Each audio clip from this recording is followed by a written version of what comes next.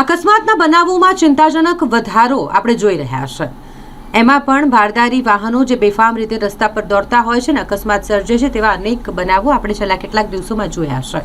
વધુ એક અકસ્માતની ઘટના વડોદરા શહેર જેલ રોડ પરથી સામે આવી છે, જ્યાં ડમ્પર અને કાર વચ્ચે અકસ્માત સર્જાયો, જેના કારણે ટ્રાફિક જામ થયું।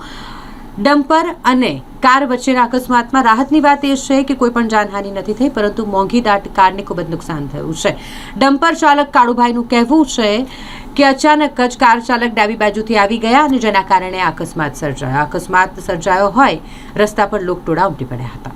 હવે હું આ રસ્તેથી સાહેબ આવ્યો ખાલી કરીને, બરોબર, સામેથી આ પેલો જેલવાળો રોડ, પાછળ કામ ચાલે છે જેલ રોડથી, બરોબર, ત્યાંથી આવ્યો, આમ દબાઈને આ ઝાડ અડી જાય એટલે મેં પેલી બાજુ ગાડી રાખીને ધીરે ધીરે આવતો હતો। હવે આ સાહેબની ગાડી અહીંથી આવી કે ત્યાંથી આવી જોઈને મારે પેલી બાજુથી ટ્રાફિક ખુલ્લું હતું, હોર્ન વાગતા હતા, એટલે આ બાજુ મારે કોઈ ઝાડ છે એટલે કોઈ મેં કીધું અચાનક ઘૂસે નહીં, એટલે હું ચાલતો હતો ને એમની ગાડી અચાનક આવી અને અવાજ આવ્યો ધડાક દઈને, તો મેં બ્રેક કરી દીધો, એમને બ્રેક કરી દીધો, બરોબર।